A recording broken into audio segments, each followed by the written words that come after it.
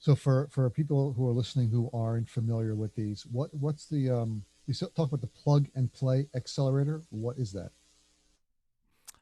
Okay. So Plug and Play is a well-known entity, kind of like Techstars or Y Combinator.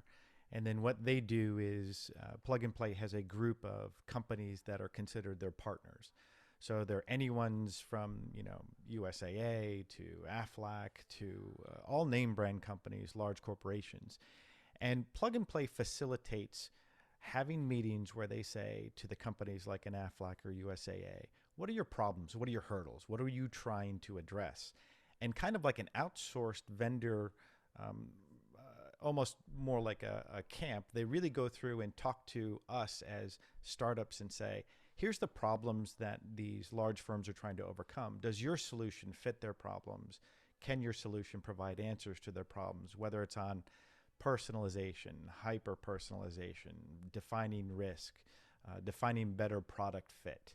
And when we go through that, they facilitate that meeting between the two companies. They're kind of like the go-between, kind of that R&D department of those firms, and that's what they really facilitate. And then they go out and get groups of companies to be in the cohorts, and then they say this is the class, and then they go kind of promote that. Yeah, I see these all over the country. It's become a huge deal. I mean, Y Combinator used to be one of the only ones out at one point. Now everyone seems to be doing it, but it's a great idea. I mean, all these firms need exposure, they need money, they also need connections and advice in whatever particular industry they are in. And you guys cross a number of industries. You're not just in insurance, for example. You also help other firms. And we wanted to talk about a couple different case studies that you guys are supporting. So can you talk about the areas around Reg BI, KYC, suitability that your product is helping? Yeah, absolutely. And thank you for that question. So, some of the traction that we've gotten recently over the past couple of months, we finalized two proof of concepts with real data, with real customers. One of those happened to be with a company by the name of Giacomo. And what we did was we looked at Reg BI specifically for several reasons. As we know, governance, risk, and compliance are ever increasing concern. Regulators are demanding that firms basically identify systemic risk proactively. And at the heart of this is really advice. So if you're looking at advice, it's is there a reasonable basis for believing that any series of recommended transactions, even if they're suitable, if they're viewed in isolation, are they excessive or unsuitable for a customer? If you look at the entire profile or picture of that person, and it's not just a single person, it's you, it's your wife, your family, your children, your extended family. So as we looked at InterGen Data, what we did was we said, look, give us data. We will turn around and send you back. Here's when these life events are likely to happen. More importantly, here's when the life events, especially around critical illnesses, are likely to happen. Because people don't plan for those types of things. They don't plan for a heart attack. You don't plan to get cancer. But when it happens, you have to adjust. You have to make changes. So we started to say in KYC and suitability, you have time horizon, you have risk, you have investment amount, you have asset allocation, which are all the standard ways of looking at it.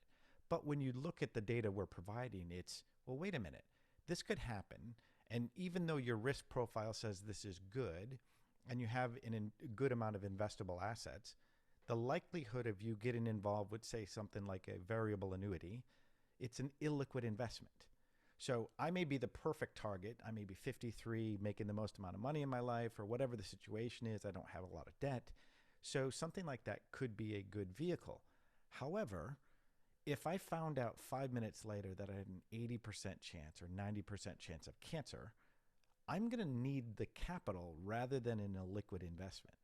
So it's combining our expected expenses from a life perspective, looking at it as a whole in a householding perspective, and then saying, I might need more liquidity tomorrow than I do today.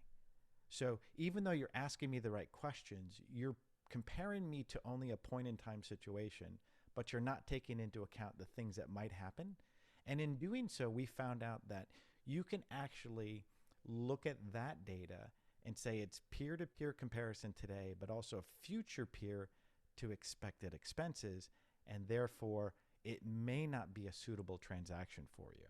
So we basically combine both the life events, expenses of tomorrow with what the product is today.